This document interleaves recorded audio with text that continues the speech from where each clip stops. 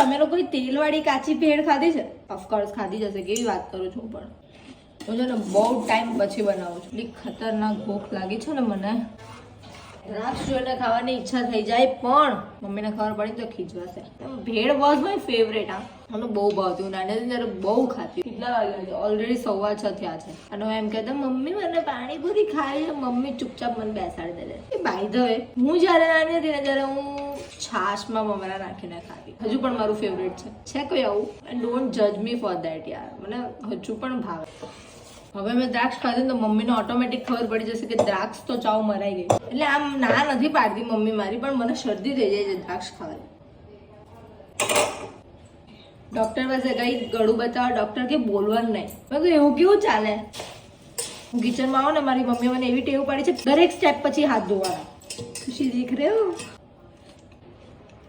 મજા આવી ગઈ.